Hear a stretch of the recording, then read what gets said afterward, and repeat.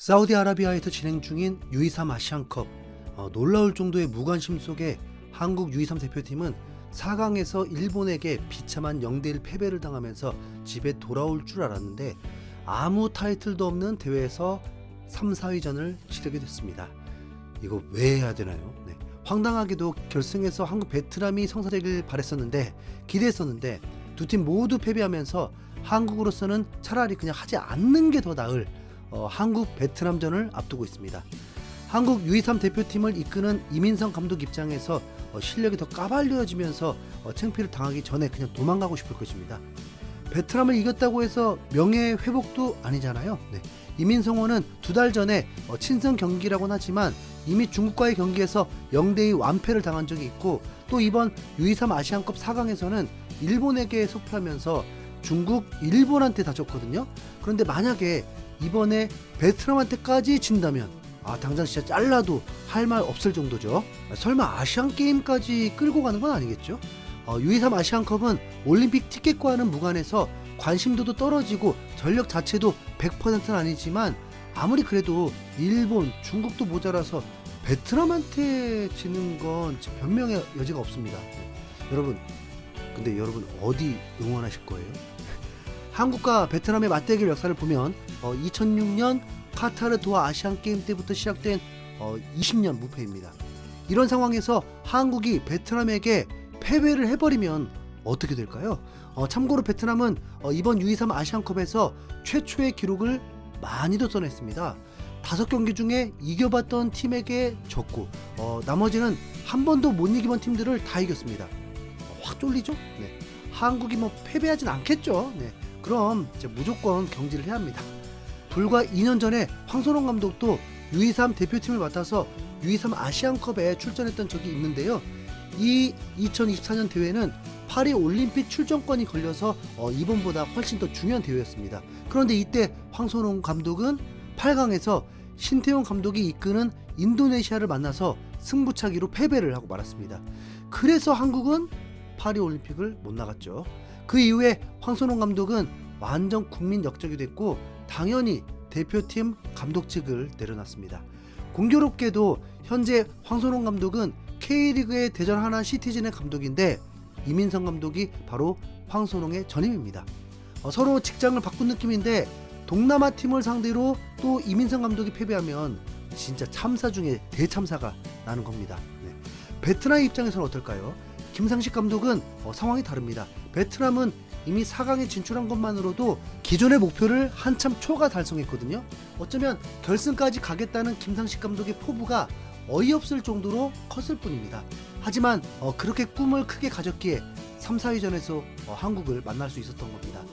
그리고 베트남은 아직도 꿈을 포기하지 않고 어떻게 해서든 동메달을 따려고 하고 있습니다.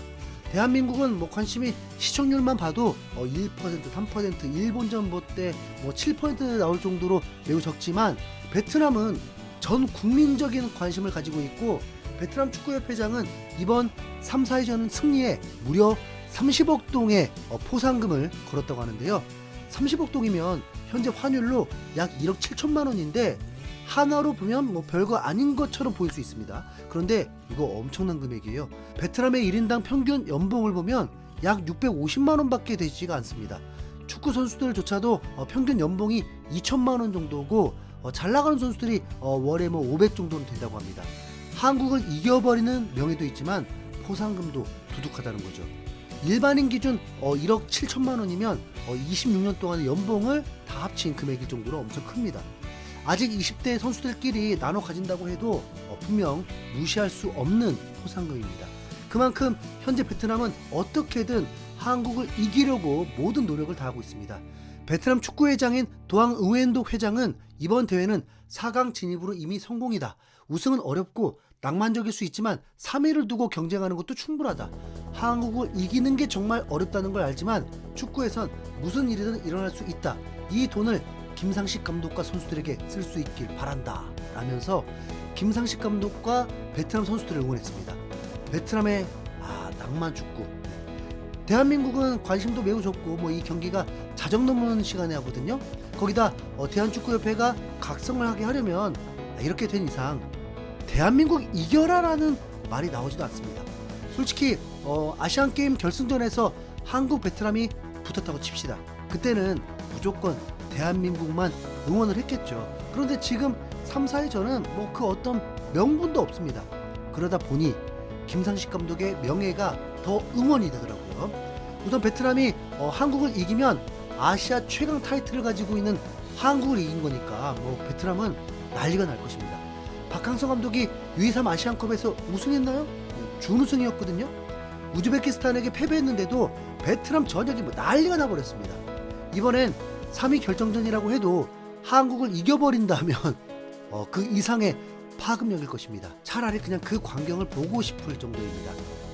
참 진짜 두 마음이 드네요. 분명 대한민국 편인데 꼭 그냥 뭐 다크나이트 시장된 기분입니다. 솔직히 대한민국이 이길 거라고 생각은 됩니다. 하필 베트남이 4강 중국전에서 핵심 중에 핵심 센터백이 경기 중에 큰 부상을 당하면서 이탈했고 그 선수 한 명 없다고 베트남이 망했거든요. 마치 한국에 뭐 김민재가 없다고 보면 되죠. 그 여파로 중국에게 대패까지 당했고 어쩔 수 없는 동남아 특유의 체력 문제도 가지고 있기 때문에 한국이 더 유리하다고 봅니다. 그런데 한국이 득점력이 매우 저조합니다. 5경기에서 3경기가 무득점이었습니다. 5경기에서 6골을 넣었다고 뭐 공격력 좋다고 말할 수가 없어요. 오히려 베트남은 꾸준히 골을 넣었습니다. 중국전은 어쨌든 뭐 사고가 발생했으니까 이번 3, 4위전은 3시간 경기가 될 수도 있습니다. 베트남은 현재 한국 만난다고 해서 쫄아 있거나 그렇지 않습니다. 김상식 감독은 선수 개개인이 슈퍼스타는 아니지만 팀으로서 베트남은 강하다면서 마지막에 모든 걸 쏟아붓겠다면서 대한민국에 선전포고를 했습니다. 베트남 팬들은 이미 4강 간 것을 대부분 만족해하면서 한국을 이기면 보너스라는 입장으로 이 경기를 즐길 거라는 분위기입니다. 베트남 매체인 베트남 익스프레스는 우리가 일본과 같은 선진축구 강국과 같은 수준에 도달했다고 착각하진 않지만 그렇다고 그들과 맞붙었을 때 열등하다고 생각하지도 않는다. 우리가 진정한 잠재력을 발휘한다면 이번 대회에서 그들과 충분히 경쟁할 수 있기 때문이다. 승리하는 것도 좋겠지만 만약 지더라도 선수들은 진정한 잠재력을 보여줘야 한다. 베트남 U23 대표팀은 중국과의 경기에서 부진한 모습을 보였고 지금 가장 필요한 것은 선수들의 자신감을 회복시켜 최고의 기량을 발휘할 수 있도록 하는 것이다. 이번 3, 4위전은 김상식 감독이 기존의 체계가 무너진 상황에서 새로운 길을 모색할 수 있는 절호의 기회다. 만약 우리 젊은 선수들이 이 도전을 극복한다면 앞으로의 성장 과정에서 더 많은 경험과 자신감을 얻게 될 것이며 중국과의 패배는 단지 우연이었음을 증명해 보일 것이다 라면서 자국 대표팀에 대한 강한 신뢰를 보여줬습니다. 자, 다시 한번 물어보겠습니다. 축구입니다. 축구.